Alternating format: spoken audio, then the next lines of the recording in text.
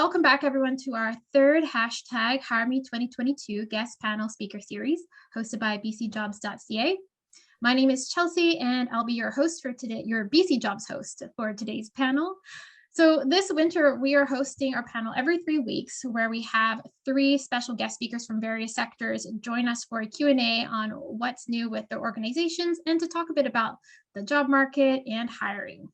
As you may know, BC Jobs is Western Canada's biggest online jobs board. And in addition to this guest speaker series, we also offer annual career fairs. Our next one will hopefully be in the spring, so stay tuned for more details. You can also check out our Innovators podcast to hear more about what industry leaders are saying. Before we get started here today, I want to encourage the audience to type your questions for the panel speakers into the chat box at any point. So feel free to, you can pop your questions in there and we'll get to your questions during the Q&A in a bit. And today we will also be offering a job candidate pitch event right before we start the audience Q&A. So to participate in our pitch event in the chat box, you can enter your name, your location, area of expertise, and years of experience. 3 candidates will be selected for a 30-second pitch to tell our guest speakers about yourself and your experiences. The person with the best pitch will then receive a 30-minute resume consultation with BC Jobs. So when we get to this part in the panel today, I'll remind you again about how to enter it. All right, so let's get some introductions going here. Today, one of our panelists from GeoComply was unable to attend, so apologies if you had some questions for them. I'm going to pass the virtual mic over to Martina Valkovichova, Assistant Dean at the UBC Sauder School of Business. Martina, welcome back to our panel. It's great to have you join us again. And yeah, please tell us a bit about yourself. Absolutely. Thank you so much, Chelsea. So it's lovely to meet everybody. And if you can turn on a video, I know sometimes it's not possible because you are connecting from multiple places, but it would be great to see people's faces. Yeah, Michael is nodding there, right? Rather than black squares. And so I am the Assistant Dean for the Business Career Center. So actually supporting people on their career journey, it's all I do. It's from dusk till dawn. So whether it's for students or alumni, and I am actually an immigrant to Canada. I worked on 3 different continents, Europe, Africa, and North America, in a variety of different industries. And if there is one thing that I'm just going to say out front is that relationship building and coffee chats and informational interviews are core for any of the job seekers. So if you've never heard of that concept, we should talk about it. So Michael, over to you. Thank you, Martina. Yeah, thanks. And thanks very much for having me. My name's Michael Ferguson. I'm the CEO and founder of a company called Ayogo, which is a digital health based software company here in Vancouver. Our business has been around for, well, 10 years, maybe longer, 11 years now. And you know, before that time, I have been, I guess, an entrepreneur, starting companies back to the first .com go around in the late 90s. I started my first company in 1997. And before that, I worked for a variety of different high-tech companies, kind of throughout the Lower Mainland. And before that, I was a musician and had a previous career as a, you know, semi-professional musician until I decided that I loved music too much to try to make a living at it. I love doing it, but actually it's not, the life of a working musician is a tough one. And so I know what it is like to change careers, and I know how challenging and difficult that can be, but also how exciting and rewarding it can be to find something new and exciting to really sink your teeth into and to build a career in a new area. So yeah, it's glad to be here and looking forward to answering any questions you have. Perfect. Well, thanks for sharing your story, Michael. I didn't know you used to be a musician. Very cool. Now that we know our panelists a little bit better, I've got a few of my own questions that I'm going to start us off with before we move over to the pitch event and our audience Q&A. These next questions are geared more towards what's new at your companies for 2022, but I've also thrown in a couple questions under the theme of success. And I'll start off with Michael here. So Ayogo has been twice recognized as one of the top 100 innovative digital health companies focused on improving patients' health outcomes. Can you tell us more about this achievement? Well, sure. I mean, the first thing to say about it is that obviously I'm speaking on behalf of the whole company and the entire team. It's not a personal achievement of mine. It is a collective achievement of everybody that works in the business. There is, there's a number of journals that focus specifically on technology and healthcare, and the Journal of mHealth recognized our company twice of one of the top 100 most innovative digital health companies in the world. It's one of many accolades that the team has earned over the years, and both locally here in BC and in Canada, and as well as around the world. We're really excited about that. It takes a lot of people working together, really caring about the result, really focusing on supporting each other, because it's easy to say the whole is greater than the sum of the parts, but that's actually more a description of the work to be done than it is a description of the outcome. You have to try to make the whole greater than the sum of the parts. And so we have a lot of really smart people here who know that they can only do their very best work if they look to the people sitting beside them and say, how can I help you do your best work? And that way we can achieve more together. And our team has consistently done that. It's one of the reasons why we're particularly proud of those 2 awards. That's so awesome. Congratulations. My next question here is for Martina. So UBC Sauder must get a lot of applications from job candidates. What does a successful job candidate look like to you? Yeah, that's a tough question, Chelsea, because we, as an organization, UBC Sauder has about or over 500 staff and faculty working for us. And people can apply for jobs anywhere from operation, event management, advising, career development. So there is a big variety of the jobs, but I think that many of the employers are looking for, and just like we are looking for, it's communication skills, 100%, right? People need to know how to communicate with others, both in written and verbal form, and also relationship building is extremely important in our role, especially when we are dealing with student-facing role or employer-facing roles. Adaptability and attitude are really a key ingredients for being successful at UBC, because even though there might be a perception that UBC might be an organization that's moving slowly, it's big, it's got 15,000 employees. The business school has to be very agile. It's moving really, really fast. So, so those would be kind of like the core for the successful candidate that we are definitely looking for. And one of the things that I would like to mention, kind of like as a cherry on top, is emotional intelligence. We actually are one of the first schools who brought emotional intelligence and does emotional intelligence assessments and coaching for all of our students. And every one of the staff members who joins my team has to do an emotional intelligence assessment as they join, and then get some coaching on it. So that is a big piece for us. And one of the things that I actually forgot to mention as we were introducing ourselves, I will be hiring for, in the next couple of months, for 4 different jobs, very different jobs. So the market is really moving. There is a lot happening out there. So there are a lot of opportunities for good candidates who really want to do some good work. Very interesting. Well, thanks for letting us know about that and giving your take on what a successful job candidate looks like to you. Back over to Michael here. I've got another question for you. You've got a growing team and probably a lot of projects on the go. What do you foresee for the near future of Ayogo? Well, a lot more really interesting work, and and I hope more impact in the world. I mean, the previous questions are really interesting question about what makes a good candidate. And I like the way you asked it, what makes a good candidate at Sauder. And I'm really glad that you got the answer that you did. Every organization is different and looks for different things. And, one of the things that we really care about is making an impact in the world. People come to Ayogo and, maybe we'll be really financially successful and we'll all, one day somebody will buy our company for a whole bunch of money and we'll all become wealthy and, retire to someplace lovely.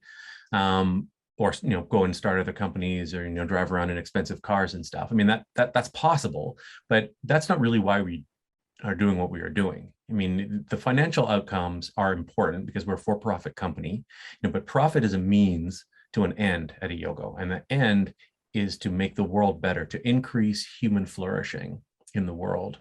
And there are a lot of big challenges, and the healthcare systems, not just in Canada, but around the world, are faced with enormous challenges of all different types. But we're particularly interested in those challenges which relate to quality of life. And patients who have, just encountered, most of the time through, just sheer bad luck, a very, very difficult and challenging healthcare situation. And healthcare systems are very, very good at dealing with the clinical side of that for the most part, but really terrible, I think, much of the time in dealing with the psychosocial side of that, the human side of it. What does it feel? What is it like to be you in that circumstance? And, you can get the best clinical care in the world to help your chronic kidney disease, but we know that chronic kidney disease is comorbid with depression some really significant percentage of the time, depending on where and when you're testing, somewhere between 60 and 80%.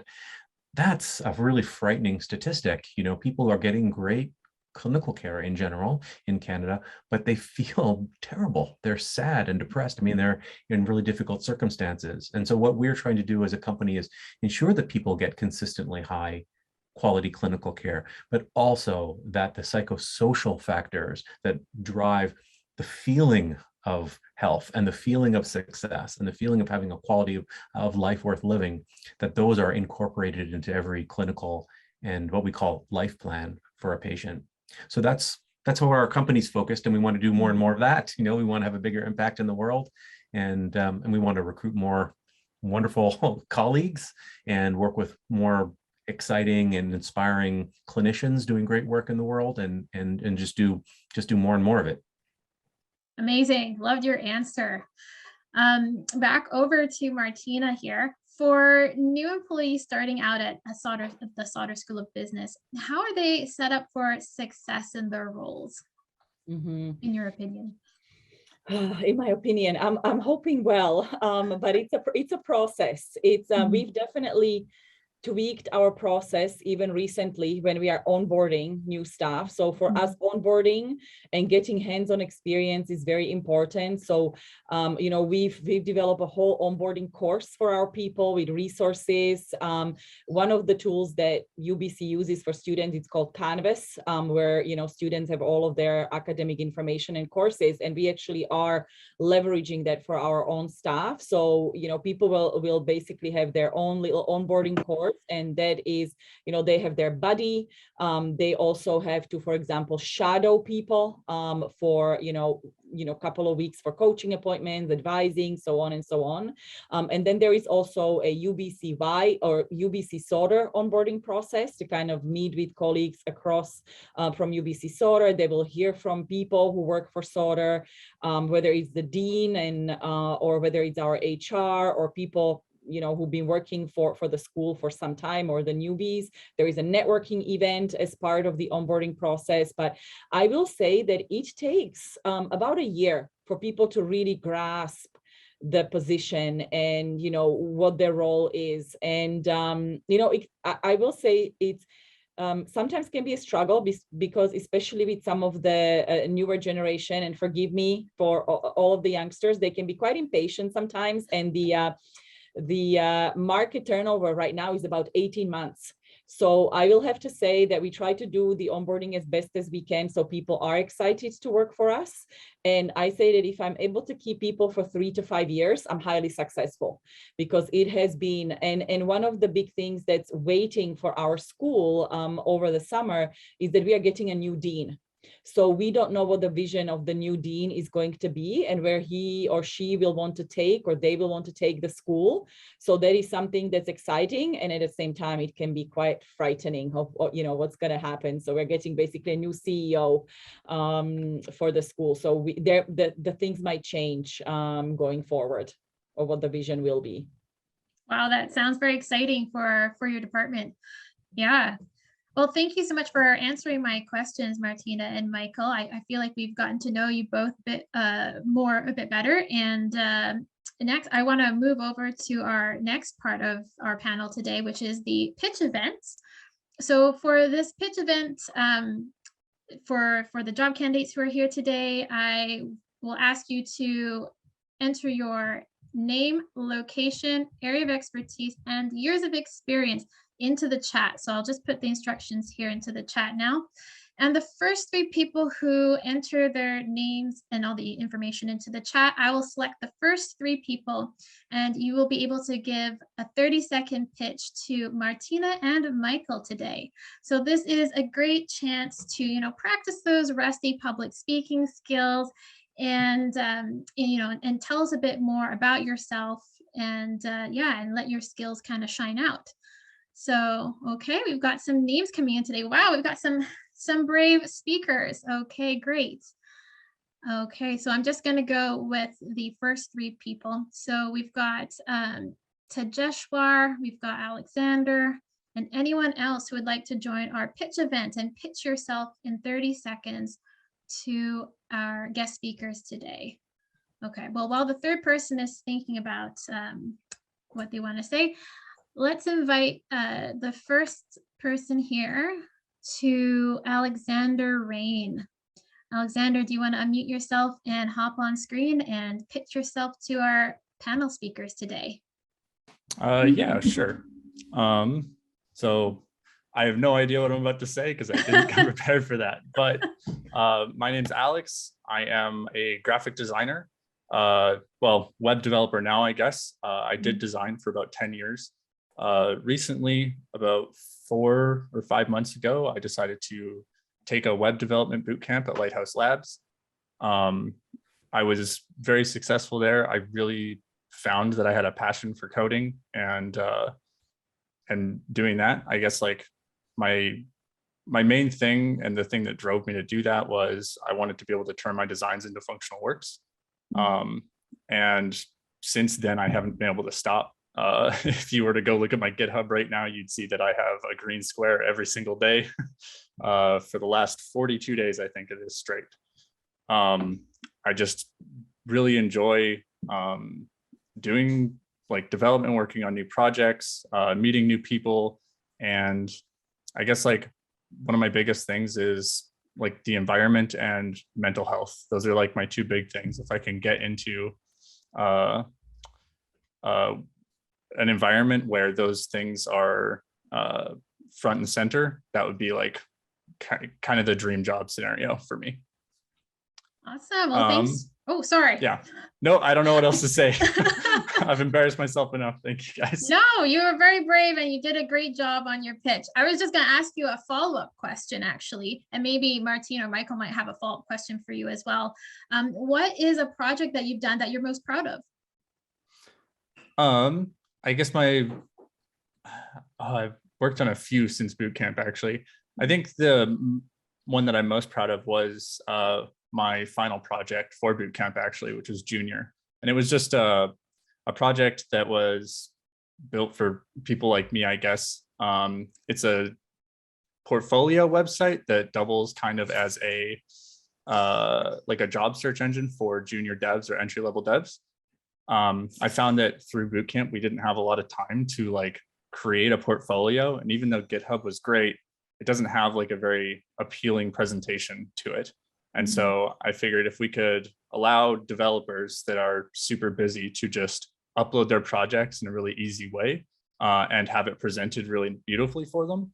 And then make it easy for hiring managers and recruiters to go and see those portfolios really easily when they apply and things like that. That would be great. So we actually built that. It is live now, just as like a demo project though, but it is on my GitHub and everything. So all the code is public and the website is live. Very cool. I actually just learned what GitHub was a couple of weeks ago. I'm new to all this tech terminology. Great. Well, great job, Alexander. And I don't know if Michael or Martina had a follow-up question for you. I do. Okay, perfect. I'll let Michael take So- the reins. So it seems, so you sound like somebody who's quite confident in his abilities. Yeah. So maybe I'm interested to hear, how do you know when your work is good? I mean, how do you know that you're good at what you do? What are some of the ways in which the world is giving you back some feedback to tell you that you're good at this? I guess like, I think like the biggest thing is just my peers. Every time I'm working on something or I publish a new project and stuff, I always look for feedback from everybody. You know, and that could be anyone from like my partner to like my coworkers, or even like my classmates and stuff. And even still, since boot camp, we've like we're in Discord every day working together and stuff like that. And so, you know, showing them my work and my designs and things like that has always been a huge way that I kind of judge that. And yeah, even like instructors and things like that, and just getting feedback from them and hearing either the positives or like criticisms and things like that. So I'm always working to improve. I am confident, but I don't think by any means that I'm the best at what I do or anything like that. I always think I can improve. Great, thanks. Great answer. Yeah. All right. Well, I think Tejeshwar has got their audio and camera sorted out, so I'll invite you back on. Hi, welcome. Yeah, so feel free to pitch yourself. Thank you. Hey, so thank you for having me in the first place. So to introduce myself, name is Tejeshwar Singh. I'm from Vancouver. I have a background in civil engineering. I'm back from India. I moved here like 4 years ago, did my project management diploma, and I got a job as project coordinator. It's a metal fabrication company. So we work with all types of residential projects, commercial projects, basically in construction industry. And yeah, I've been working there more than 2 years now, and started as project coordinator, and I've grown to be a project manager. It's a small business, small company, but I've got to learn a lot of details, how to deal with clients, you know, and yeah, a lot of details that go into it that you never realize. But yeah, I believe I've come pretty far, and I also believe that there's always a room to grow. I also believe in growing together. So wherever you're working or whoever you're working with, you always build each other up. And I think that's the best part about it. Awesome. Follow-up question for you, Tejeshwar. What kind of role or industry are you looking to get into? Are you looking to stay in like the same area? So I have a bachelor's in civil engineering, right? I was waiting to get my residency so I can apply as an EIT, right? So I can start practicing the engineering side of it, because I'm more inclined towards that and more passionate about it. But I do want to take the project management part along with it, because I can always be a project manager and manage things being an engineer. But if I'm only doing the management part of it, I'll always have to rely on an engineer to guide me through and all that, right? So I'm just trying to get into as an EIT, as junior engineer or something like that, so I can grow from there actually. Awesome. Any follow-up questions for Martina or Michael?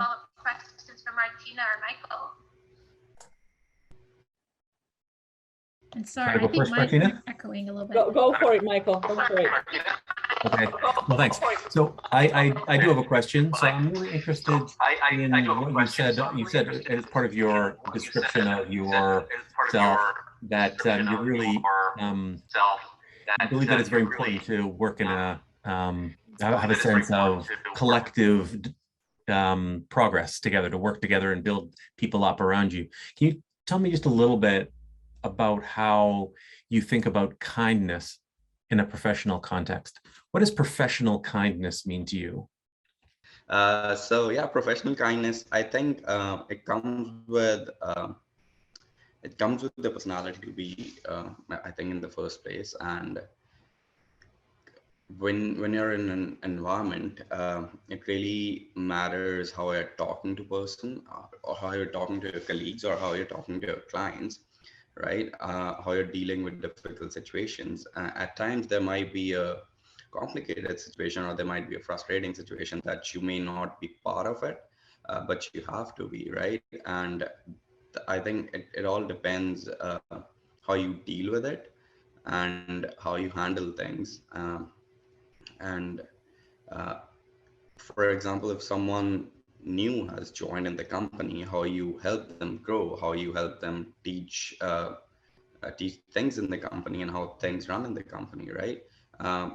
They may have few questions, you might get impatient, you might get frustrating, but at that point where it comes out that how kind you are, how professional you are, and how you deal with situations like this, right? And that's where I mean that you grow each other up, right? You grow together. It's not just the company, it's with your colleagues, it's with your clients. So yeah. Great. I like that. I like that answer. I like the example you gave too. Awesome. I saw another name on the list here, Jacob King. Did you want to unmute yourself and jump on camera as well and give our panelists your 30-second pitch? Oh, sure. Oh, great. Welcome. This is brave. I might as well do it. Can you see me? Yeah, I can see you. Yeah. Perfect. Hi, everybody. Actually, well, my real name is actually Jacob Smuszkiewicz, originally from Poland. But I use Jacob King in real estate because if I try to ask for referrals with Jacob Smuszkiewicz, it'll, let's just say, it's definitely there with Jacob King. And since you can use any name you want in real estate BC, as long as the board knows about it, Jacob King. But yeah, I was originally born in Poland, so I've been in BC since 1990. I pretty much worked in hospitality, food and beverage for the first 15 years of post high school. I worked in the bank. I did door-to-door sales. Been a realtor for about 8 years now, and I'm actually living in Surrey. So what's up to all the Surrey people in there? I see there seems to be a lot of Surrey in here today. And now I'm sort of having a realization that what I've always really been drawn to is data. I love creating just charts for myself, whether it's for fantasy football or for poker or for real estate stuff, obviously keeping track of stuff. And a few months ago, I decided to kind of get into it a bit more. So I started the data analytics course through Google on Coursera. And I think that's how I ended up finding this meeting. I actually don't even remember how I found this meeting, but I saw, oh, this is pretty cool. UBC Sauder, I know that place. So I up and just looking to see what's out there and if I can get into something a little less sales, I guess, centric and more where I can use my problem solving and analytical mind to do something that I really enjoy. Cool. Thanks for your great pitch, Jacob. Did Michael or Martina have any follow-up questions for you? I do, and I would assume that in Polish it would be pronounced Jakub. So, and Jakub, hello, I'm your neighbor from Slovakia. So we are from a very similar part of the world. So I was wondering, given that you've been in so many different, areas of what you mentioned, what is one or two of the transferable skills that you feel that helped you throughout the entire journey?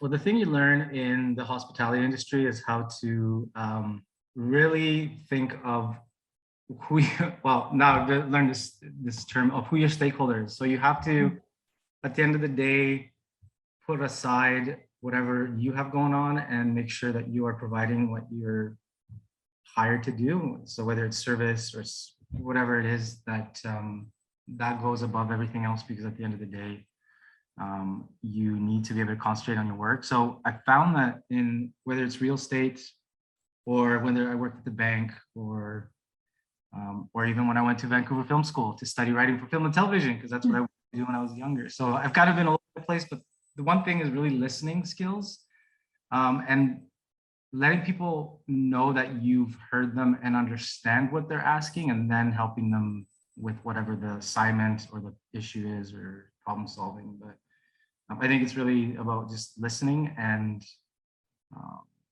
making sure you know what you're supposed to be doing or what is being asked of you to do, and whether you can do it or not. So I think that's transferable into any business. Thank you. Listen more. Thank you. That's really lovely, because I really do think that listening skills are actually one of the most underestimated skills, and especially in leadership. So thank you for bringing that up. Awesome. And thank you to you three, Jacob, Alex, and to Joshua for, being so brave and speaking up today and sharing a bit about yourselves to our guest panelists. So keep your eye out on in your email inbox for a message from me inviting you to a 30 minutes resume consultation with BC Jobs. Great job. Okay, so our next and last part of our panel today is our audience Q&A. So this is a great time to, ask your questions. So I'll go back up through the chat to some questions that I think were asked earlier, but you can also raise your hand. And if you want to raise your hand with your question, just go down to the bottom bar of your screen. You're going to see a reactions button. And when you click on that, there's going to be the option to raise hand in that part. So if you want to raise your hand, that's how you find the raise hand symbol. But just going back up through our chat here, I'm just double checking for questions that maybe I missed from earlier. If anyone put any questions here in the chat after all the introductions. I don't see any. Okay, so yes, so if you want to ask a question, you can put your question in the chat, or you can raise your hand and I'll just pick, first come, first serve sort of style. So if you have questions for Martina or Michael, okay, we've got our first hand raised and it's Alex. So Alex, you can go ahead and unmute yourself and ask your question. Hey guys, I guess I have a question for both of you. What qualities would you guys say each of your employees possess, and why are those so important to your companies? Good question. Well, that is a good question. So I'll go first if you don't mind, Martina. So we have a lot of very different people that work at our company. Some of the things that are important to us, they have in common, and some of the things that are important to us, they do not. So, you want diversity in your colleagues and in your employees. That is, I will tell you, a very hard-won piece of entrepreneurial wisdom. So if you ever find yourself in the position where you're starting companies or building teams, one of the things to guard against is the selection bias that leads you to pick people who are like you. And I like myself a lot, and I'm glad I am who I am, but I wouldn't want a full company full of me. I mean, that would be a real mistake. So I think, we look for diversity of experiences, diversity of backgrounds, diversity of skills. I mean, these things are really important to building a good team and to building a healthy company. We do hold some values in common, and that is important for having social cohesion in our team. And, we publish those values on our website. So if you're interested, you can go to ayogo.com and you can find our manifesto, which we published. It just talks about, what it is that matters to us, and, how we think about things like profit and how we think about social good in the context of a for-profit company.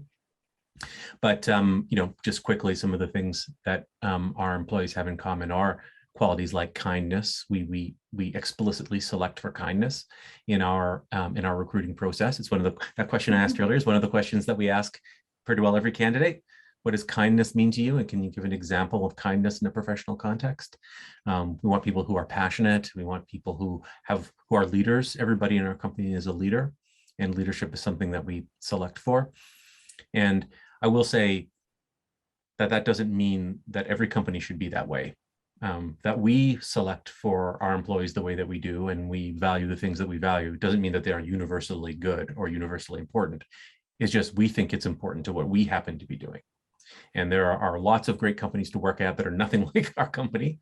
But where we are, that's what matters to us. We have a need for a lot of skills. So we have a lot of very highly qualified people doing very challenging work of, deep backgrounds in their fields that work for our company.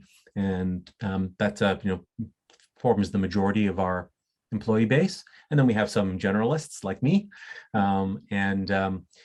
But we try very hard to build a base, I say, of shared values, a shared humanistic values to help us build our business, because we think that is what will lead us to all be pulling the rope in the same direction. Thank you. Great answer. I will say one more thing, which is that actually there's an Ayogo employee here, and maybe I'll at some point I'll put him on the spot maybe, and he can talk a little bit about what the process was like to find the job at Ayogo, because he was looking for work and found our company and made his way here and went through some interviews, and I thought he might be able to offer sort of an interesting perspective. He's one of the few people, I would say, in the company that actually has an entry-level position in the business. We hire a lot of people later in their careers, but there are a few entry-level employees, and one of them's on our call today. Oh yeah, we love to hear from them. That's Harrison. He's waving. Harrison. Glad to have you on, Harrison. We're going to put you on the spot later, so be prepared. I'd say that we apply very similar approach to what Michael described, because I think that diversity in thinking and in approaches, it really needs to be part of your business strategy. So for example, we always do quite an audit. If somebody is leaving our organization, it is, okay, what are the skills that we've got on the team? What is it that we've got gap in? Because we certainly don't want too many Martinas, because that would be a disaster. So, and it's hard. It's really hard in interviews because you immediately like someone. So we are really careful in what kind of questions we ask. And we want somebody, like, for example, recently I really needed to hire someone who's got really good influencing skills, right? Because I've got number of execution was good, relationship skills were good, but I really needed someone who was an influencer. So basically a leader without the position of power, and people really listen to them when they said something. So we pay attention to some of those things. And when a person leaves, we will do an audit. What is it that they left, and what we need.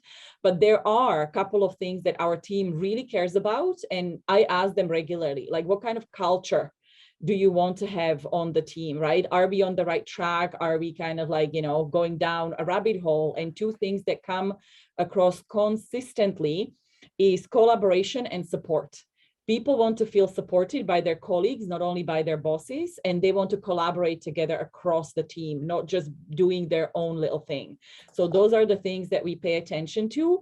And I personally pay a lot of attention to straightforwardness in people. So they are able to challenge their colleagues respectfully, of course, but we also work with students. And if our students are not straightforward with the students will not get what they need out of their career development. So that is something that we are definitely paying attention to, that we want to see in our staff. But so it's a mixture of both. And as a school, we also have values of rigor, respect, and responsibility. And we really try to make sure that people who come to work for us are aware of that, and they really approach, whatever they do with academic rigor, almost, even though they're not researchers.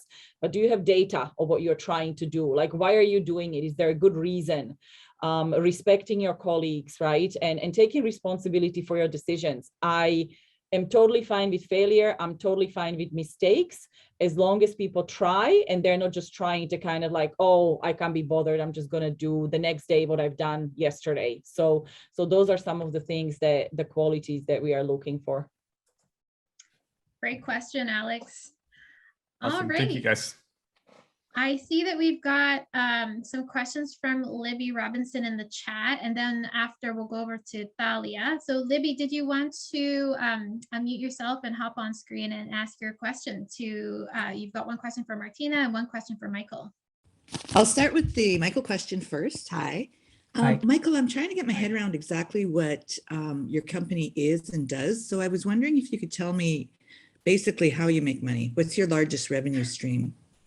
Sure. Well, we're a software as a service company. And so our customers. So subscription? Yeah. So people subscribe to the software services. Our customers are typically healthcare systems or insurance companies. If you're familiar at all with the healthcare industry, we work mostly with accountable care organizations and what they call integrated delivery networks, which are payer provider organizations. Mostly that's in the US market, where they provide healthcare insurance services as well as the healthcare services themselves. They're our customers, and they subscribe to our services, which they give away for free to patients. And the patients use the software to help manage their care plans. I see. Okay. I have a better idea. I tried to glean it really quickly from the website, and you were much more clear.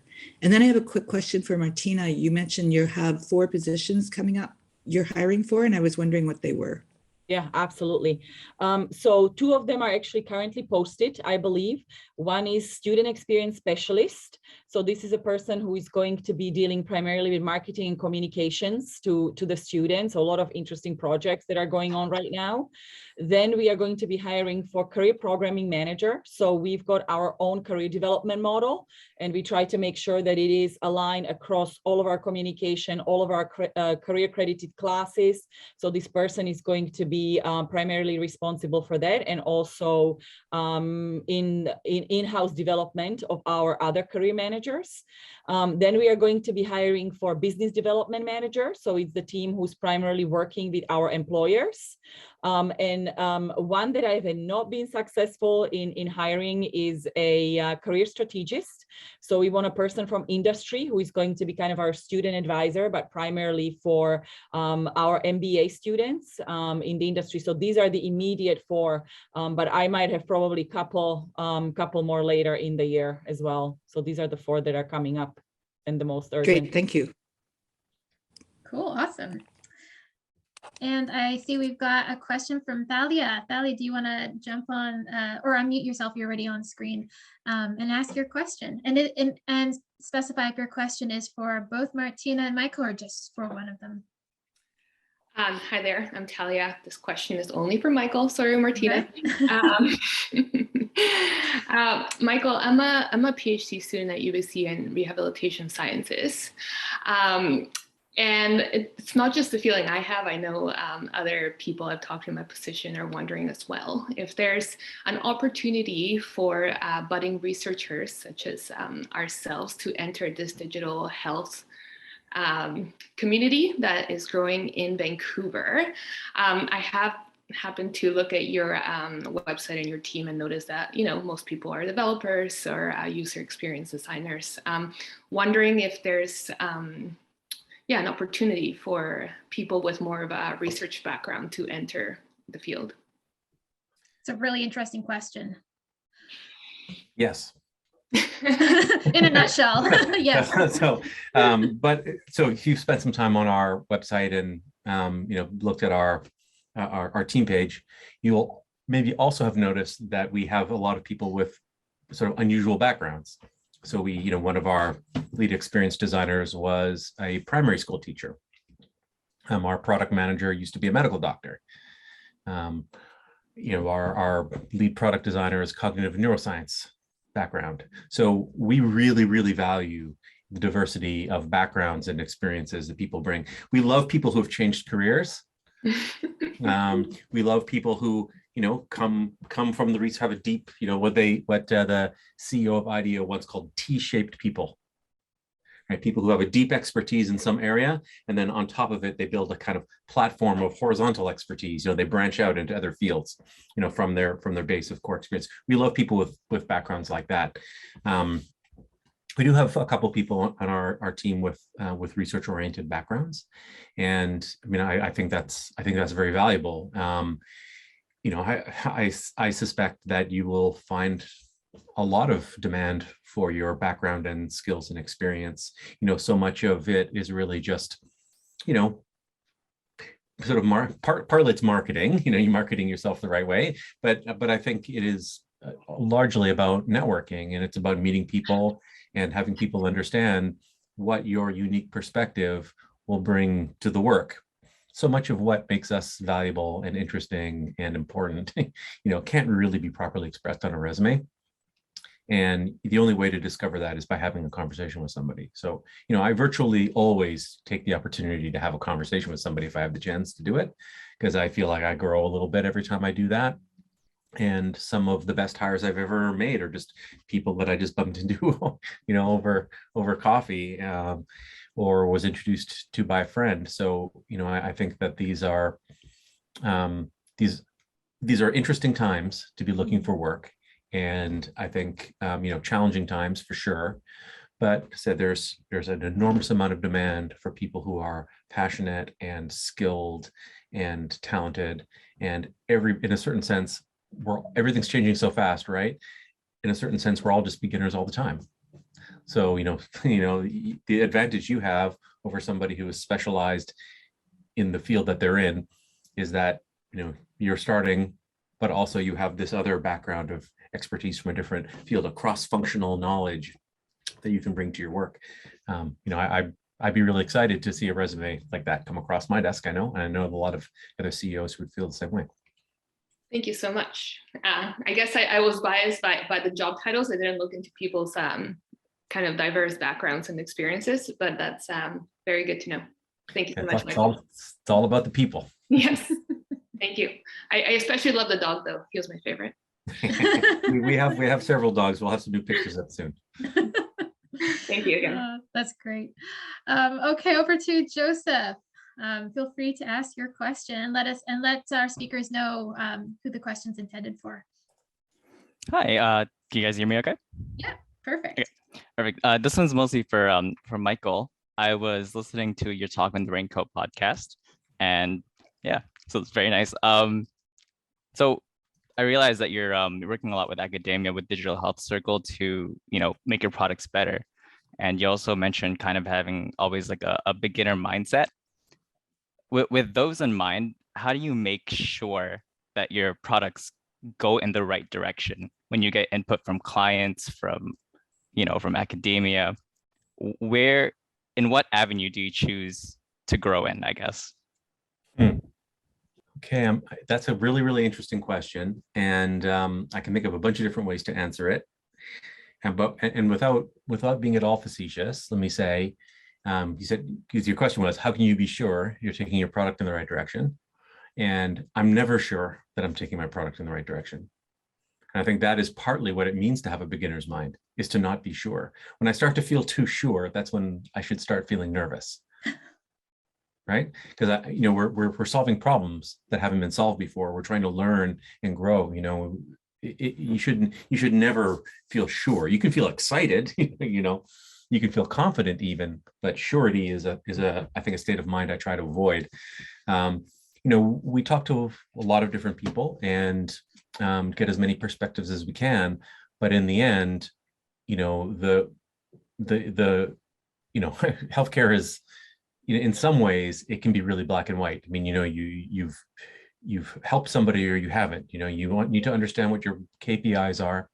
You need to understand what outcomes it is that you're targeting, and make sure that you achieve those. And science is your friend there, right? The understand whether or not the particular way that you've tried to get to the end result it works or doesn't work.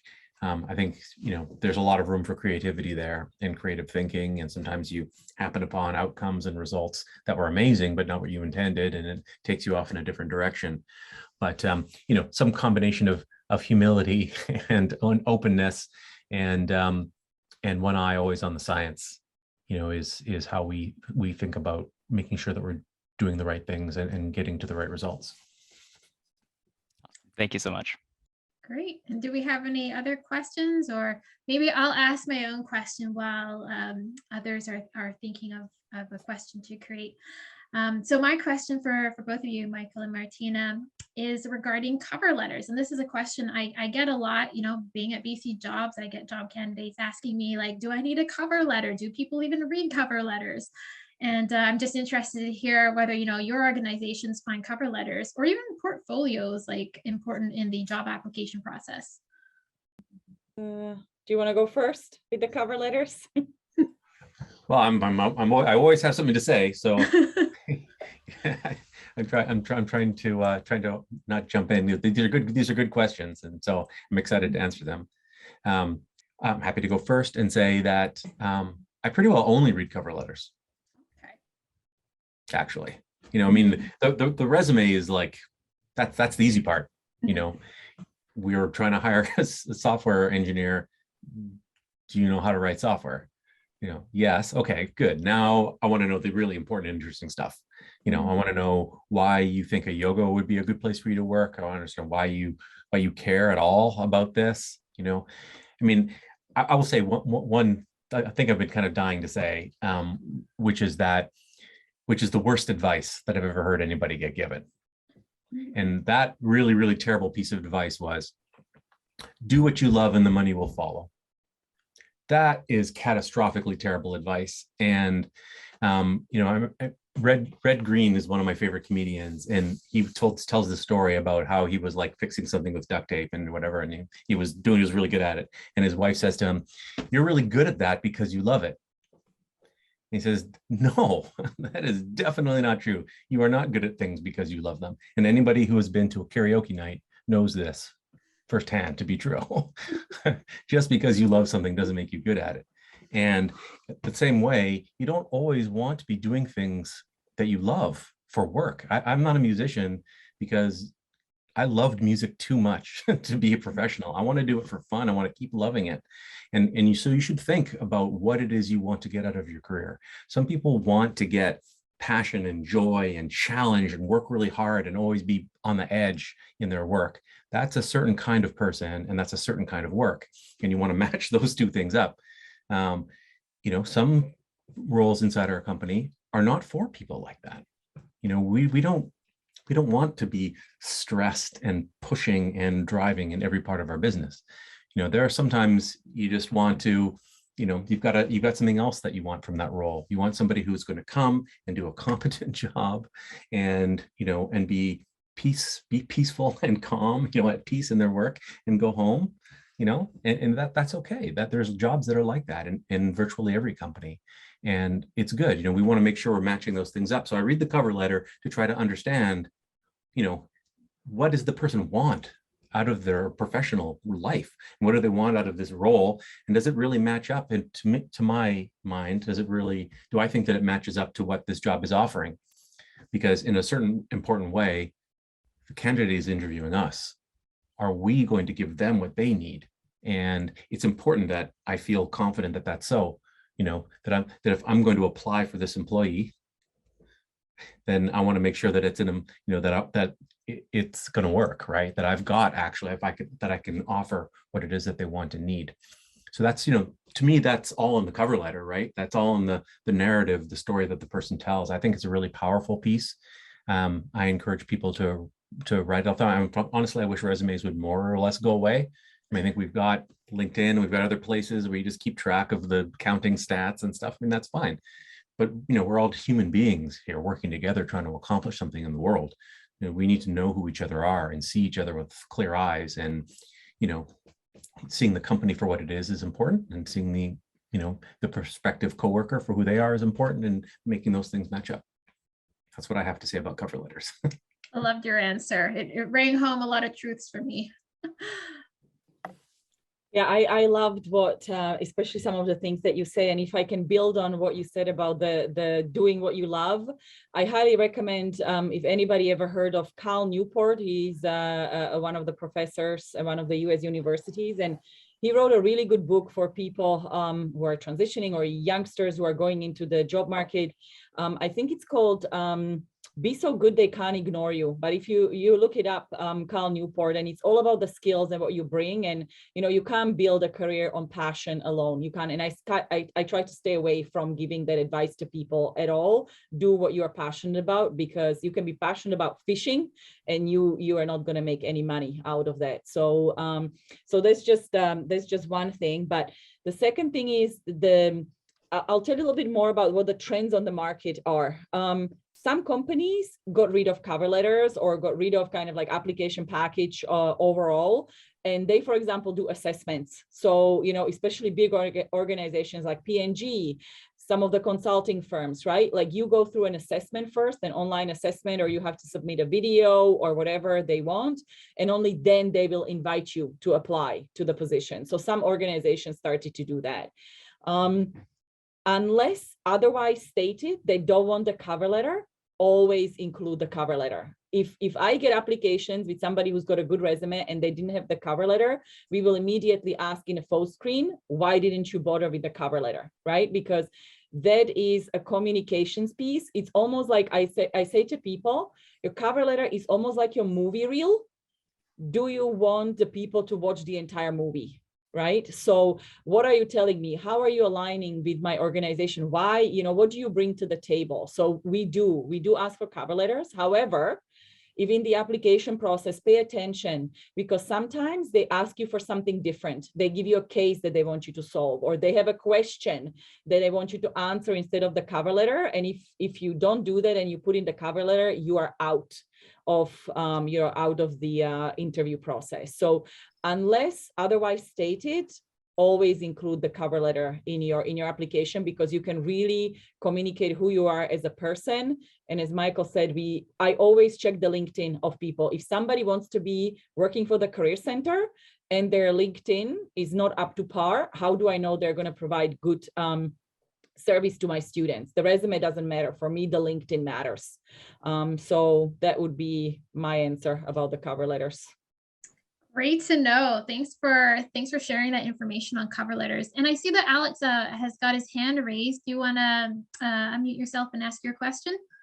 Yeah, I actually, just based on your guys' answers to that question, I kind of had an extended question on that. Both of you guys said that cover letters are super important, and I think Michael even said that he pretty much only reads the cover letter, and past that, if he wants to know more, he'll look up LinkedIn. Does that mean you guys are always specifically asking for a cover letter? Because I notice a lot of companies won't ask for one. They'll just put it as like an option to file upload. And to be honest, writing 100 unique cover letters to apply for jobs is, I mean, incredibly time consuming, but also like creativity draining almost. Like you have to put a lot into figuring out how to appeal to every single company. Which I think is fair to ask, but if you're not even going to be interested in me, right? Why should I put all that effort into it, right? Like, I don't know yet if you're even interested a little bit. So it's like, if you ask though, of course, I'll always put a cover letter in, but like, I guess my question is less geared towards what you guys do, since you probably always ask, and more geared towards these other companies that don't ask, but they have an option for it. Well, yeah, I think there's two really important things about what you just said. One is, first of all, I'm just talking about Ayogo, right? And, you know, it's what, you know, there are other types of organizations that, you know, for the kinds of roles that they're hiring for is really just, it's not necessary or important. You know, they just want people to come in and just do the thing and go home. And you're not really working with other people very much. I mean, maybe some of you have jobs like that now, or and want something different, or maybe, you know, you're looking for some place in the tech industry that feels like that, but Ayogo is not like that. Ayogo is a place where you come and you meet people and you're part of a team, and the personalities and people are important. But I'll say one other thing about cover letters, just to clarify. I actually don't think that you should write a unique cover letter for each company. I certainly wouldn't recommend that. I mean, what is the point, right? You sort of implied, what you said is that the cover letter, you know, you're writing the cover letter because you want to tell me the things that I want to hear so that I will hire you. But I actually don't think that I actually kind of meant the opposite. I want you to tell me a bunch of things so I know that I shouldn't hire you, and tell you, and you know, but if I do, then I know that it's the right thing. You know, you're helping me to help you, right? And I think it's important. You know, the cover letter is actually supposed to screen people out. I mean, it's supposed to be about you, and you would more or less send the same thing to every company. You know, I don't mean to be naive here. You know, I expect, you know, work can be hard to come by, especially, you know, when you're trying to enter a new field in entry-level positions.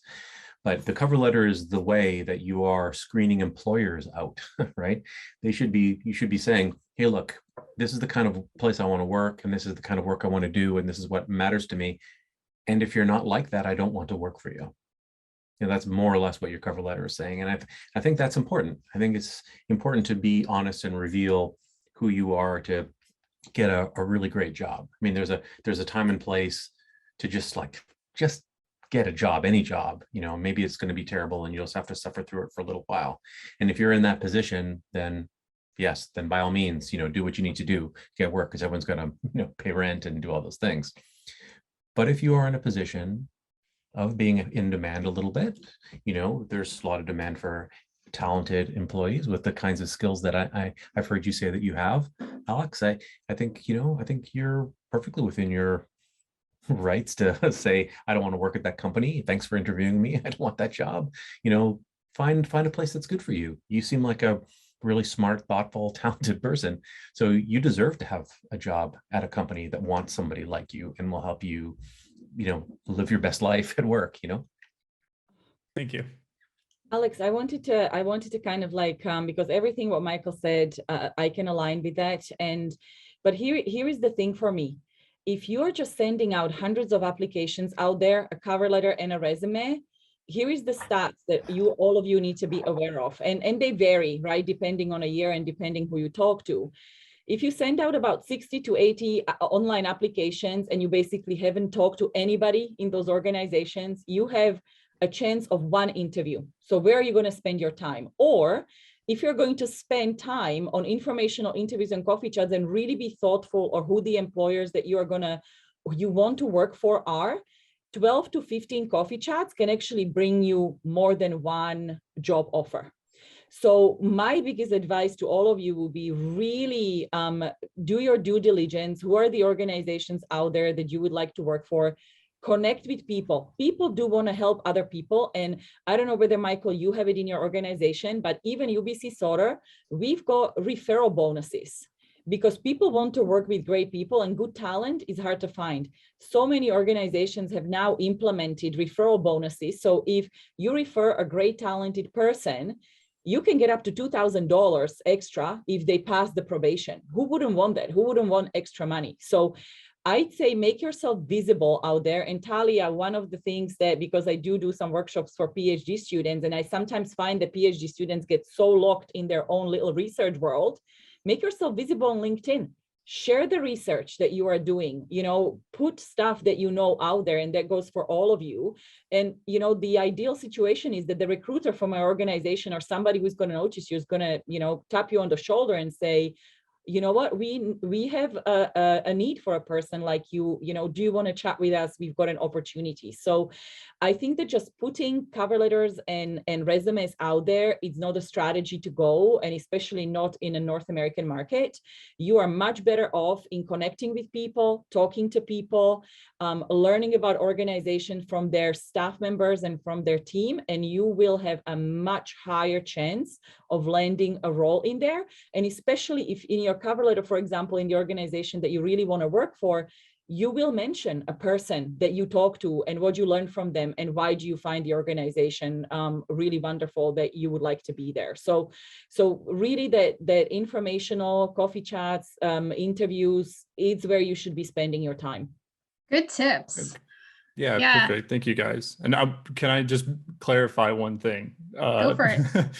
I'm only handing out about 3 resumes a day, and I am actually, I have turned down a couple of positions at this point that I didn't think were the right fit. So I'm not just handing out like 100 resumes every week and being like, I hope someone bites. But I do appreciate you guys' responses and information. That is really helpful. Thank you. I'm glad you are, Alex, because a lot of our students, no matter what that we tell them do, and it's maddening sometimes when they spend time on application process. Okay, I see a question from Libby in the chat here. Libby, did you want to jump on screen again and ask your question? Sure. First of all, that is the most compelling answer I've ever heard, and I've been on a lot of these tech or Hire Me webinars regarding cover letters. I don't know if you recall, but the last one, there was 3 particular HR departments, and 2 of them said, no way, don't even read them. Mhm. And the other one said, might. And then the compelling story that Michael said, that's his go-to rather than a resume. I was like kind of sold on that now.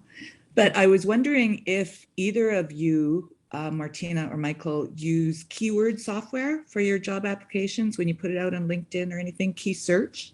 Do you know what I mean? At Yeah. HR software, yeah? No, we don't. At UBC Sauder, we don't. We do promote kind of our roles on LinkedIn, but we don't use any. We don't use at UBC Sauder any applicant tracking software whatsoever. It's our manual. Oh, yeah. okay. You do kind of apply. You submit the application, but we look at every application. We usually get between 70 to 200 applications for roles, and we look at all of them. Wow. Okay. And Michael, I think you don't either. Yeah, we definitely don't. We do use recruiters pretty extensively. We are often hiring people with very specialized skills, and they're hard to find. And we're just not a big enough company to have a recruiting team, so we work with recruiters. So I can't speak definitively about the techniques that they are using on their side to source candidates for us.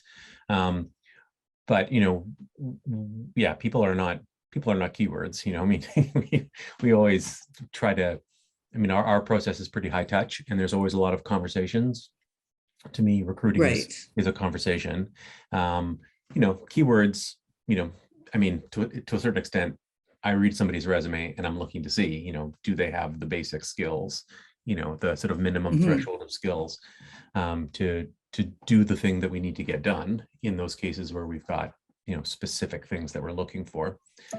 But certainly, in new hire, like entry-level type positions, or people changing careers, say, and coming into our field and starting in a role here, it is much more about talent than it is about skills, and that it's hard to get that out of keywords. You really need to talk to a person and have a conversation before you can make an assessment there. At least for now. I mean, artificial intelligence is going to solve all kinds of amazing things for us in the future. Yeah, exactly. And my second question is, what kind of weight do you guys put on a follow-up thank you after an interview? Big one. Like big a follow-up thank you. In our world, big one. It's brownie points down. If a person does not follow up, and especially as we are in a student business and students are our client, and following up with people is a big part of our roles. It's almost like a screening. And I know actually number of employers that we work with, they actually screen people on that, because they communicated an interview that in this job, you will have to follow up with your clients within 48 hours. And if they don't send a thank you note, the door is closed. So for us, like the thank you note is a big deal, that they appreciate that they got an interview, and so on and so on. And Libby, I actually wanted to follow up on one of the things that you said about the keywords. And this is just a little dirty tip for everybody. Oftentimes people have really good experience, but they can't really communicate it in the jargon or the language of the organization or the job description. So many of you know the word cloud platforms. There's many of them out there free. So if you are when you take your resume or you take your cover letter, put it in that word cloud platform, and you will see what are the words that you are using, what are the words that are really coming up in your application, and then compare it and put the job description into the platform. And you can often see that it's a total discrepancy of what you are using and what they actually want, because the recruiters and people are looking for some of those hot words on your application. So if your application and their job description are completely misaligned, you might not even make it to the interview pile. So just a little tip. That's a great tip. To check, yeah, for the keyword. Yeah, that's awesome. Okay, thank you. Yeah, thanks for sharing the dirty tip. That's good to know. I'm just conscious of the time here, and I noticed we have 2 more questions in the chat. One is for both Michael and Martina from Maria about social media. Maria, did you want to jump on screen and unmute yourself and ask your question? Okay, not sure if Maria is still there. Maria's question was, what are your thoughts around people who do not have a presence on social media? I'm guessing, do you also mean LinkedIn as well, Maria? Okay, so yes. So even if they don't have a LinkedIn, does this matter? Well, so LinkedIn is the professional social network. I use it extensively. It's pretty easy to create a profile there. I can understand why people might not want to be, on Facebook or, Instagram or anything like that. I mean, I spend very little time on those social networks anymore. LinkedIn I use pretty extensively, so I find it very useful. So it's one of the things that you're looking for a job in high tech, and you don't have a profile on LinkedIn. I'm expecting there's probably a story there, and I would want to hear it. But if it is just simply I can't be bothered, well, that is telegraphing something to people. If you don't want to be on LinkedIn because you don't like Microsoft's data governance policies or something like that, I can understand that. And so just be prepared to answer the question about why you wouldn't want to use a professional networking tool when you're doing professional networking. For us, LinkedIn is a must. Because that's where we also connect with our students. We need to be really well networked, and we need to have connections on our LinkedIn to be able to make introductions for our clients. So without a LinkedIn profile, you can't really, be successful in the Career Center, because we use it for our as a big part of our work. As for other social media, it really depends on what kind of role you're going to have with us. And if you're going into a role in communications and marketing, you need to be on social media, because that's where the students are at. But otherwise, I don't care if people are not on Instagram, if they're not on Facebook, I really don't care. But if they're going into digital marketing or marketing communication roles, they really need to know those platforms and be on them. But LinkedIn is a must, and everybody in the Career Center has it. Okay, I hope that answers your question, Maria. And I think our last question for today is from Jamie. Jamie, did you want to hop on screen and unmute yourself and ask your question to our panelists? Oh, their camera mic isn't working either. So let me read their question out loud. And now their question is for both Martina and Michael. What kind of content in a cover letter stands out to you the most? Okay, so back to cover letter topics.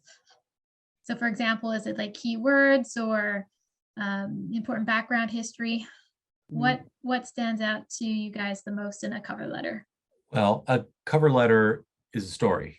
So, so if you spend any time with me, you'll hear me use the word narrative a lot, right? That narrative is how human beings understand the universe. That's actually the function of the human brain, is to construct narratives. And that's the only way that we understand the world. It's a large part of the reason why we have so many problems as a species on this planet, is that narratives are so powerful. They don't have to be true. They don't have to be accurate. They don't have to be useful. They just have to be narratives. And so much of what we're struggling with on this planet is competing narratives, and some that are founded in complete untruth. But a cover letter is a narrative. And so I'm looking to read that narrative and to understand something about you. I want to understand I want to know what it is that you are trying to tell me about yourself. That's what the cover letter is doing, right? Is you are communicating something to me. So I want to know, I want to be able to read it and understand what it is you're communicating, whatever that might be.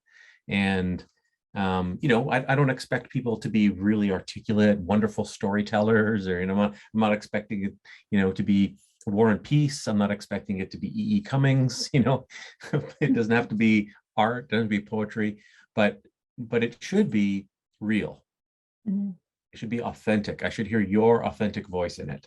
And, you know, and often, and obviously I'm expecting it to say something about the role. I'm expecting it to say something about your career and what you want from your career and why you think Ayogo would be a good place for you. That's usually what we say, you know, when we ask for a cover letter, we say, tell us what you are looking for in a role. Tell us what you care about in coworkers. You know, we usually our job postings pose some kind of question that we expect to be answered in the cover letter. Partly we do that to help people because we know that often people just they're not natural storytellers, and sometimes you just need a little bit of prompting. So we're trying to be helpful when we do that. But that's what a cover letter is to me. It's helping me to understand what you are trying to communicate to me, and then of course I'm be evaluating how well it did that and whether that thing that you communicated to me, I think, you know, shows promise in terms of matching up to what it is that we are trying to create in this role, in terms of an opportunity for a person, and whether that feels like it might be the right opportunity for you. If I could add to that, because I do, you know, pay attention to the resume just as much as the cover letter and the LinkedIn, is don't reiterate to me what you already got on those other platforms. Tell me something unique. And the one thing that absolutely needs to be there, and where I would recommend for people to spend a little bit of time, is the starting paragraph. I want something that's going to capture my attention. Please don't tell me it's my pleasure to apply for this position. I don't want to hear that. You're applying because you're obviously interested. But for example, like, let's just make this up. If RBC right now has overtaken finally TD as the most valuable brand, and you are applying for RBC, well, congratulate them on that, right? It shows that you, or if Michael's company, you know, has just got an award about, you know, whatever it is, just make sure that you're paying attention to those things, research the organization, and, you know, and just as with Sauder, and tell me, you know, something very, very unique. Read the stories of our students or whatever it is, and have that really strong first paragraph that's going to tell me something that, you know, I know that you are paying attention to what we do. And then the middle part, you know, that can be something that you don't have to adjust as much because you're telling the story, you're saying who you are. Just don't reiterate your resume or your LinkedIn profile. So those would be kind of like really the things that we are looking for. And please have somebody check your cover letter so it's not full of mistakes. And you know, and then I did have situations, and pay attention to the double, that you were actually addressing the cover letter to a completely different organization because you were just, you know, going through the motion. So make sure that you find out who a hiring manager is, and you're gonna, you know, have a little bit of attention to that detail. So. Okay, great tips, Martina. I hope that answers your question, Jamie. And yeah, we're getting to our closing time here. So I just wanted to start to wrap up this panel for today. Martina, Michael, I'll let you add any last remarks or words of advice for our audience, or thoughts, or anything you want to share. I really love my work, and I really love working with the people that I work with. And I feel so privileged to have the kind of job that I have. I haven't always felt that way about my work. And that's okay too. You know, you don't have to absolutely love everything that you do all the time, you know, but, you know, we are at a really interesting point in history, you know, where there's a lot of demand for talented people, and you don't have to settle. That's my, you know, I just leave you with that thought. You don't have to settle for things, you know, build the life that you want. You don't have to get it all out of your work. I'm always suspicious of any organization that says we're a family. No, you're not, because I have a family, and I know that I can't fire them. So, you know, get out of the work the most that you can get from your work. And, remember that the rest of your life really matters, like live a good life and find your joy. You don't have to settle for a job that's terrible, and you definitely don't have to settle for a job that sucks joy out of the rest of your life. That is really not necessary. And, I'm sure many of the people on this call are experienced enough, have enough life experience to know that's true. But if I influenced even one person here with that thought, I'm really glad for that opportunity. Life is really for living, and work can be an important part of that, but it's not the end all. Mm-hmm. Thank you, Michael. And Michael, you couldn't have said it better. This is exactly what we talk about when we try to talk about emotional intelligence and self-actualization of people. There needs to be a balance, and work cannot be your only identity. So I 100% agree with that. And I saw a note in there in the messages, any postings that you want to, what I would recommend that you want for UBC, if somebody is interested in working at UBC, go to the UBC website and sign up for alerts so they come directly to your email. UBC is notoriously bad in posting jobs anywhere else except the UBC website, even though we do post our, if we promote on LinkedIn. So, but the best way to get any knowledge about UBC jobs is on the UBC website. So just Google UBC staff careers or staff opportunities, and it will take you there. My kind of like last a little nugget is, very similar to Michael's. I've worked for over 20 years and I love my job, but it took me some time to, to get there and try different things. It's just try. You know what? It's a great world of discovery out there. You give a chance to something that you might not have even thought of before. Don't get too hung up, because you might actually figure out that, oh, I'm going to go actually a completely different way. And your career is not going to be that ladder. It's going to be very squibbly. It's going to be very up and down. And that's okay. That's really okay. It's never linear. It's really never linear and going up. It goes all sorts of places. So, and for the practical tip, there is a course that we actually provide for all of our students. We pay for it for all our students. It's called LinkedIn Guys. If somebody's struggling with LinkedIn, they've got some really great free material. So just Google LinkedIn Guys. It is by far the best resource on LinkedIn you can find out there, even better than what LinkedIn has on itself. And it was done by 2 former LinkedIn employees. If you want the full course, I think you have to pay about $99 US. So I'm not sure that you want to invest that. I think it's worth it, but they've got a lot of really free stuff in there that can be very useful. So from a practical perspective, if somebody's scared of LinkedIn, go to LinkedIn Guys and take advantage of what the knowledge that they have. Awesome. Martina and Michael, it was an absolute pleasure to have you both on our panel today. And I really enjoyed your thoughtful and helpful answers. So, thank you so much for taking the time out of your super busy schedules to join us. And if anyone is looking for new work or like new opportunities, check out UBC Sauder School of Business page, as Martina just mentioned, and Ayogo's hiring pages. And don't forget to join us next month on March 15th for our next guest speaker panel with Ada, Tribe Property Technologies, and Wise. This winter, we will be running this series every 3 weeks, so you'll get to meet speakers from various sectors and industries a little more frequently. And lastly, you can always shoot me an email with any questions to events@bcjobs.ca. So thank you all so much for joining us, and hope to see you next time. Thank you, everybody. Have a good rest of the day. Yes, have a wonderful rest of your week. It's a shorter week for many of you, I believe. Everybody. Bye, everybody. Bye. Good luck. Chelsea. Yes, good luck. The job hunt, everyone.